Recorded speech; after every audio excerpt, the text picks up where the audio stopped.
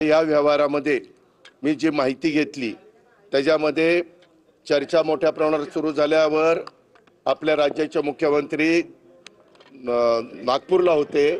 त्यावेळेस मी त्यांच्याशी फोनवर संपर्क साधला आणि मी त्यांना सांगितलं, जरी माझ्या घरातल्या जवळच्यांशी संबंधित असणारा हा विषय असला तरी तुम्ही राज्याचे प्रमुख आहात, तुम्हाला जे काही नियमाप्रमाणे करावं लागेल त्याची चौकशी करावी लागेल।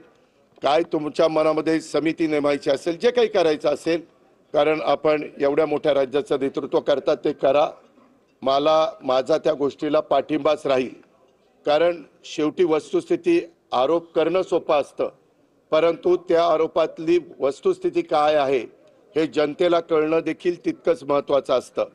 याबद्दलची माहिती घेतल्यानंतर तुमच्या लक्षात येईल की ह्या व्यवहारामध्ये 1 रुपया पण दिला गेला नाही, तरी मोठे मोठे आकडे सांगितले, मोठ्या गोष्टी सांगितल्या गेल्या आणि विरोधकांनी पण आम्हाला वेगवेगळ्या पद्धतीने टार्गेट करण्याचा प्रयत्न केला। साहजिकच आहे, विरोधक त्याचा बदनाम म्हणजे आम्हाला टार्गेट करण्याचा प्रयत्न करणारच, तो त्यांचा अधिकार आहे, त्या खोलात मला जायचं नाही।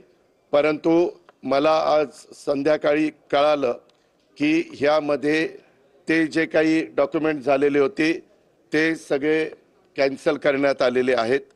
जो काही व्यवहार झालेला होता तो कॅन्सल करण्यात आलेला आहे।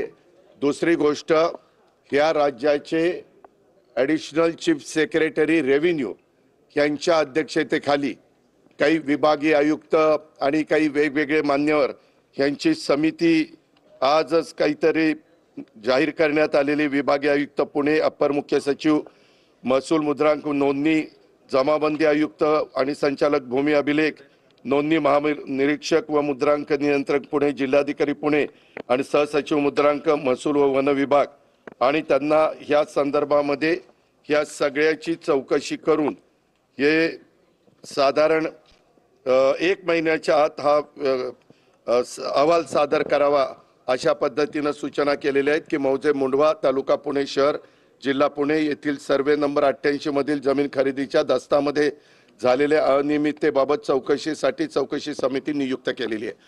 तिने पण